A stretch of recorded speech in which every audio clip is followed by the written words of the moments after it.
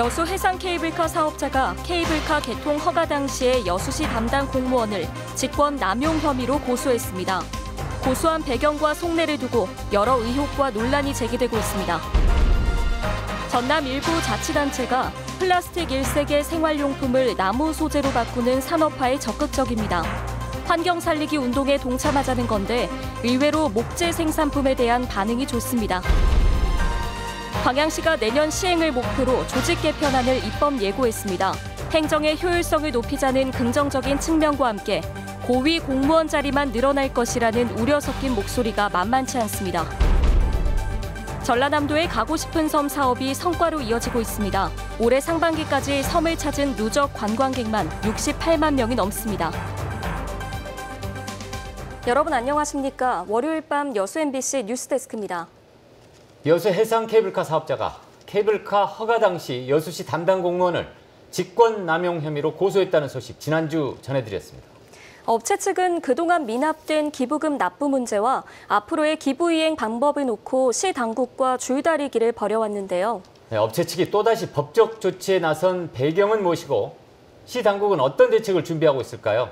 자세한 내용 직접 취재했습니다. 매출액 3% 기부 약속은 여수시의 강압에 의한 것이어서 낼 수 없다며 소송을 냈던 여수 해상 케이블카. 하지만 지난 6월 법원은 소송 요건이 부족하다며 각하 판결을 내렸습니다.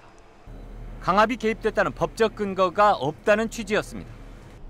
해상 케이블카 사업자가 이번에 당시 담당자를 고소한 건 바로 이 강압이 있었다는 근거를 법적으로 확보하기 위한 것으로 해석됩니다. 준재심 청구를 하기 위해서 이제 사전 단계로 한 거죠. 그 목적밖에 없습니다. 그래서 그 요건대로 그냥 한 거밖에 없어요.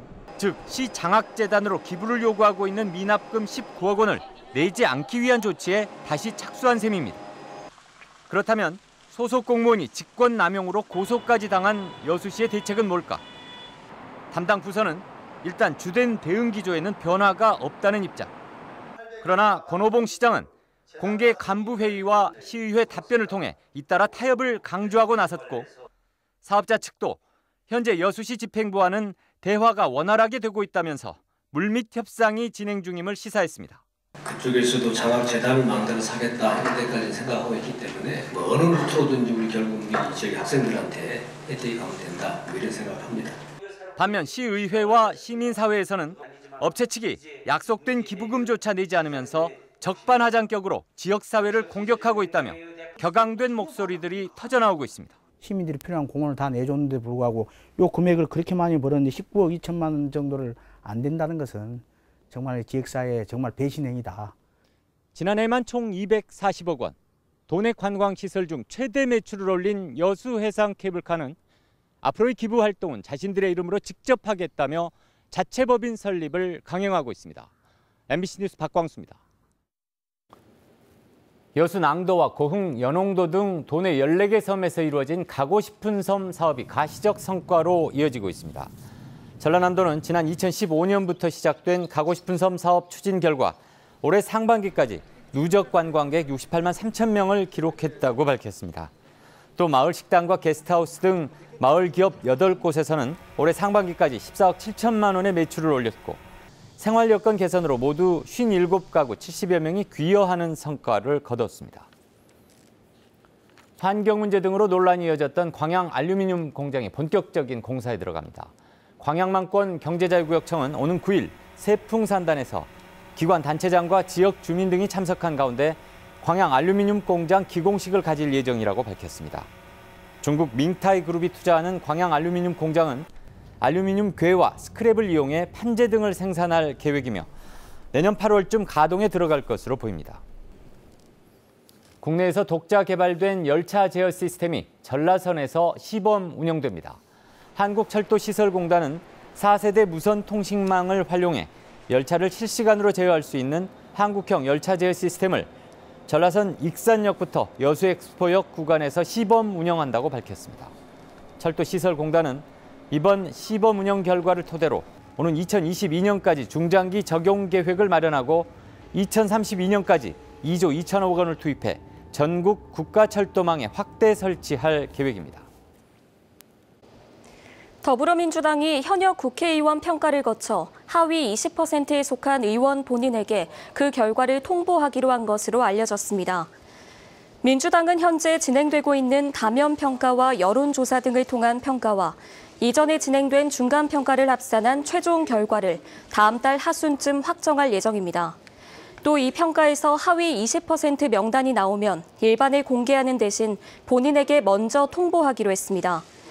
공천 경선에서 20% 감산으로 이어지는 만큼 스스로 불출마를 유도하는 등 불필요한 논란을 피하기 위한 포석으로 풀이됩니다. 광양시가 내년 시행을 목표로 조직 개편안을 입법 예고했다는 소식 전해드렸죠. 인력 충원과 부서 신설 등을 통해 행정의 효율성을 높이겠다는 건데요. 신중함을 요구하는 목소리도 나오고 있습니다. 김종수 기자가 보도합니다. 광양시가 효율적인 업무 수행을 위해 조직 개편안을 내놓은 때는 지난달 초. 내년 시행을 앞두고 늘어나는 행정수에 대응하는 것은 물론 정부의 권고사항에 맞춰 조직이 확대되는 것을 골자로 하고 있습니다. 우선 새로운 부서가 신설되면서 기존 부서의 업무가 나눠지게 되고 60여 명의 인력이 새로 충원됩니다.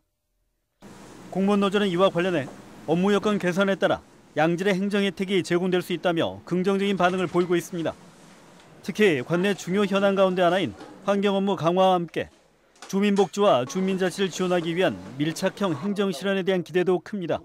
역점을 두고 추진하기 위해서는 그런 차원에서 관광문화환경국을 하나 신설을 했고 사회복지 분야가 많이 늘어나고 시민들하고 직접 접촉하는 업무가 많이 늘어나기 때문에. 하지만 이번 조직 개편안에 대해 우려의 시선도 적지 않습니다. 이번 조직 개편안이 시행되면 13곳의 팀이 새로 늘게 되고 이렇게 되면 간부급 공무원들로 불리는 4급에서 6급까지 공무원들만 300여 명에 이릅니다. 올 초 보육센터 신설로 이미 국장급 인원이 늘어난 상태에서 내년 9기 또 신설되면 고위 공무원 자리만 늘어나는 몸집 불리기에 그칠 수 있다는 겁니다. 자칫 승진 인사를 위한 조직 개편으로 비춰질 가능성이 높은 대목입니다.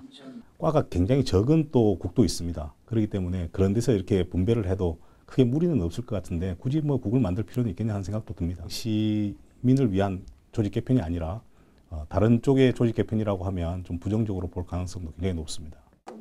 시민단체 역시 주민들의 눈높이에 맞는 현명한 대응을 주문하고 나섰습니다. 매년 중소폭 규모의 조직 개편이 진행되고 있는데도 여전히 업무가 집중되고 인력이 모자란 부서가 발생하고 있기 때문입니다. 시민행복, 시민생활 중심의 조직 개편으로 현업 부서에서의 검증된 고충이나 시민민원, 행정수요 과중 등에 대응하는 효율적인 조직 개편이 필요하다고 사료됩니다. 광양시의회는 오는 6일부터 이번 조직 개편안에 대해 심사에 들어갑니다. 광양시의 조직 개편안이 신속한 현장 대응과 맞춤형 행정 제공의 성과로 이어질지, 간부급 공무원만 늘어나는 탁상형 행정으로 그칠지 개편안을 보는 기대와 우려가 엇갈리고 있습니다. MBC 뉴스 김종수입니다. 여수 화양면과 돌산도 인근 국지도 22호선 주변이 경관지구로 지정돼 건축 허가 등에서 일부 제약이 예상됩니다.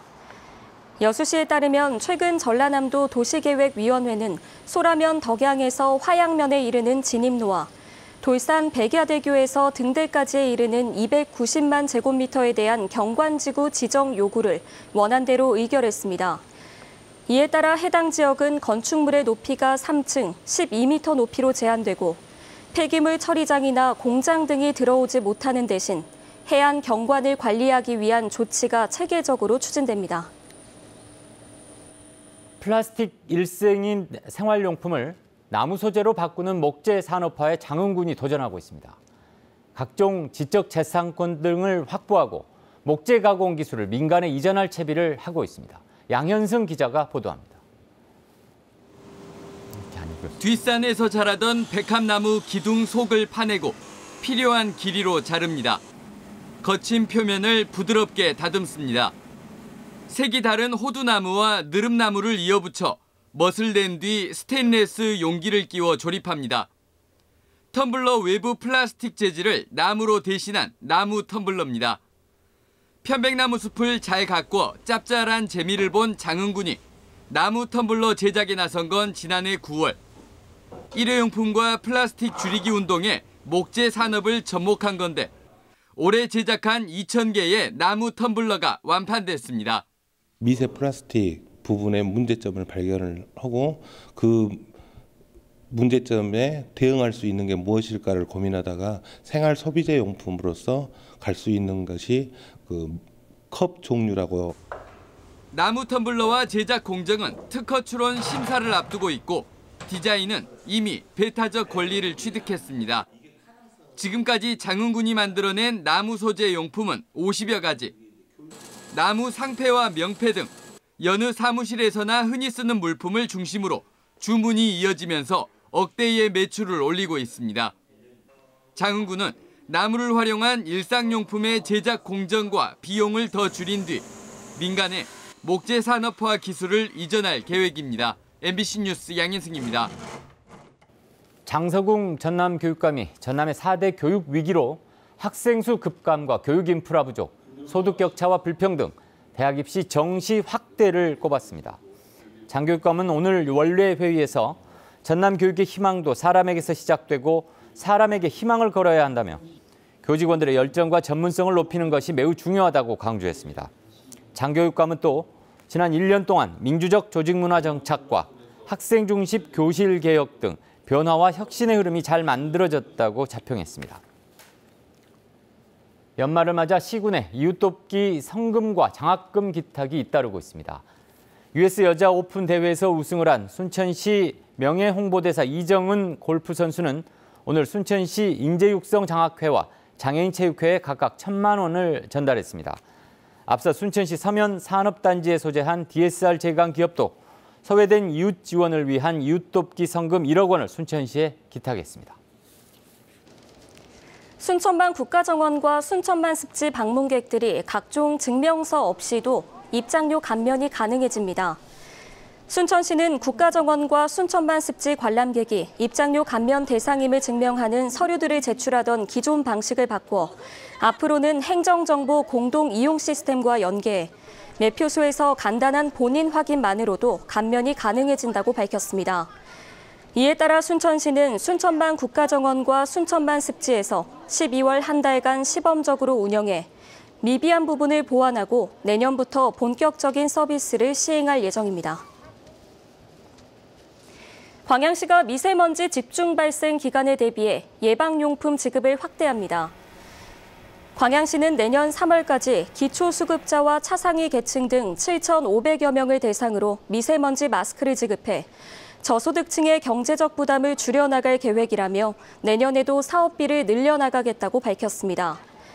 지급되는 마스크는 1인당 40매씩 총 26만 매로 이번 달 초부터 순차적으로 각 읍면동 사무소에서 받아갈 수 있습니다.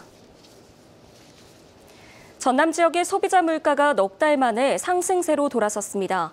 호남지방통계청에 따르면 11월 전남의 소비자 물가지수는 105.06으로 지난해 같은 달에 비해 0.1% 상승했습니다. 주요 품목별로는 배추가 59.9%, 무가 61.4% 올랐고 감자는 40.8%, 고춧가루는 24.1% 하락했습니다. 한편 전남 지역의 소비자 물가는 지난 8월부터 3개월 연속 마이너스를 기록한 바 있습니다. 순천시가 영국의 왕립원예협회 교육인증 합격자를 배출했습니다.